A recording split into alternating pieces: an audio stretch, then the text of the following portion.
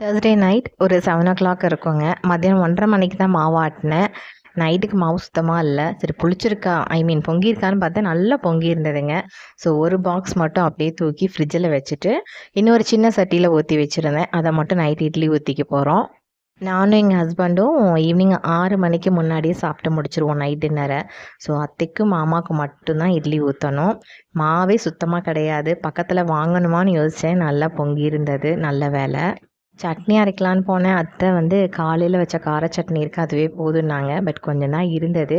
அதனால் ஒரு சின்ன கிண்ணத்துக்கு பொரிகடலை சட்னி மட்டும் அரைச்சி அவங்க 2 பேருக்கும் நைட் டின்னர் முடிச்சாச்சுங்க. இட்லி நல்லா சூப்பராக வந்திருந்தது. இன்றைக்கி என்னவோ அதிசயம்தான், நல்ல மாவு புளிச்சு பொங்கி இட்லி சூப்பராக இருந்தது.